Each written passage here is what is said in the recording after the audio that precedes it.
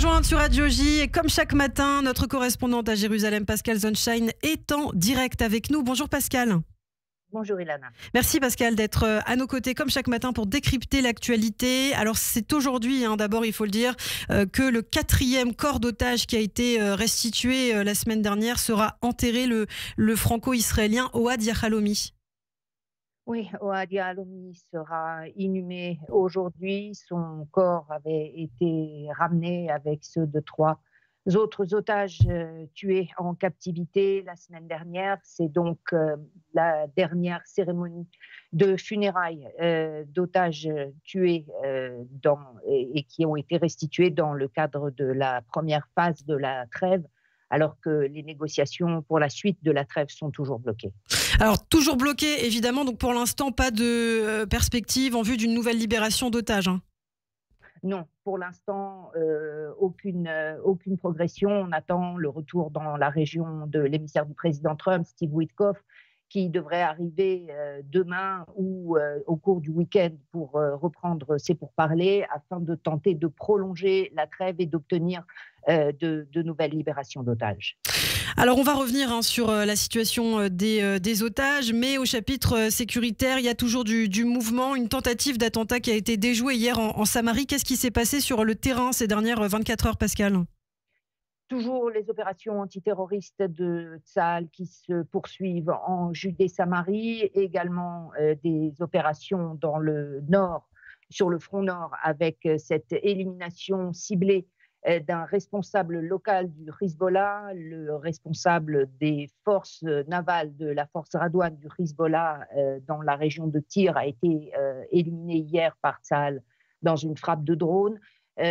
Mouvement aussi du côté de la bande de Gaza avec toujours des interventions de Tsahal contre des mouvements suspects du Hamas, donc aucun front n'est encore tranquille.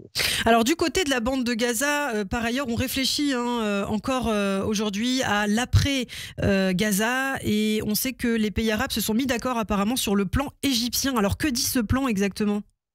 Oui, la Ligue arabe a adopté hier soir le plan de l'Égypte pour Gaza en réponse à celui de Donald Trump. Le plan parle de 53 milliards de dollars pour la reconstruction du territoire sans déplacement de sa population. C'était le point principal auquel tenaient les pays arabes pour répondre à la proposition du président américain de déplacer 2 millions de Gazaouis vers l'étranger, évidemment vers les pays arabes en priorité. Donc c'est évidemment là-dessus que la Ligue arabe tenait à répondre. Le plan égyptien prévoit aussi un gouvernement technocratique temporaire sans le Hamas pour administrer la bande de Gaza et gérer l'aide humanitaire avant le retour de l'autorité palestinienne, mais pas de détails sur l'éviction du Hamas ni sur son désarmement. Pas non plus d'explications concrètes sur la façon de reconstruire sans déplacer la population. Le plan a d'ailleurs été rejeté par les États-Unis qui estiment qu'il n'est pas réaliste, également rejeté par Israël. En revanche, le plan a été salué par le Hamas. Un plan rejeté par les États-Unis et rejeté par Israël, car c'est vrai, on a l'impression ces derniers jours de ce qu'on entend que c'est pas pour tout de suite, en tout cas l'après Gaza, puisque les combats semblent, vont bientôt peut-être faire leur apparition. En fait, c'est ça aussi le point, Pascal. La question maintenant est de savoir si la trêve peut être prolongée. On sait que Benyamin Netanyahou s'est fixé à peu près une dizaine de jours, c'est-à-dire en gros jusqu'à la fin de la semaine prochaine, pour voir si le Hamas accepte de reprendre des négociations, faute de quoi c'est dans ce cas-là la rupture définitive de la trêve avec une reprise de l'offensive terrestre dans la bande de Gaza, une offensive qu'on annonce comme beaucoup plus intense que ce qui a été fait jusqu'à présent, alors justement qu'aujourd'hui Tsahal change de chef d'état-major puisque le général Herzi Halevi passe le relais à Eyal Zamir. Et d'ailleurs, on a dit ces derniers jours sur cette antenne qu'Eyal Zamir n'adopterait pas du tout la même stratégie que son prédécesseur, c'est-à-dire il n'attaquerait pas forcément par étapes la bande de Gaza, mais tout Gaza d'un coup. C'est ça qui circule en ce moment dans les médias israéliens ? C'est effectivement la tactique qu'on attribue au général Eyal Zamir, qui ne s'est pas encore exprimé clairement sur ce point.